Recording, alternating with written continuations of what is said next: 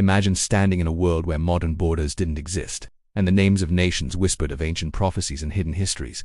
Welcome to a journey across time, where we trace the biblical geography that laid the foundations for the nations we know today. Luke chapter 2, verse 1. In those days, Caesar Augustus issued a decree that a census should be taken of the entire Roman world. The Roman Empire encompassed lands now known as Italy, Greece, Turkey, Egypt, and Israel, all connected under one vast imperial rule. In the heart of this empire lay Judea, where the story of Jesus began under the watchful eye of Rome and King Herod. As Matthew 2 verse 1 records, Jesus was born in Bethlehem during the time of King Herod, a ruler of a complex, divided land. Ancient Italia became Italy, Graecia became Greece, and Syria once covered a region spanning modern-day Syria, Lebanon, and parts of Turkey. The biblical Cilicia is now southern Turkey, while Judea encompasses the modern territories of Israel and Palestine.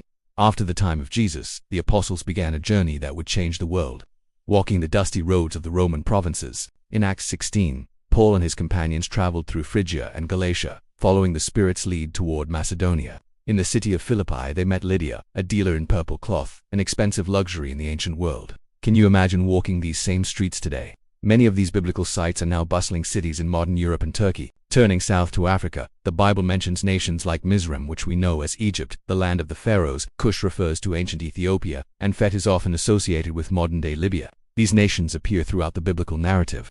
In Acts chapter 8, we see the conversion of the Ethiopian eunuch, a high official traveling in a chariot through the desert. Genesis 10 tells us the descendants of Ham settled these regions, naming the lands that would interact with Israel for centuries.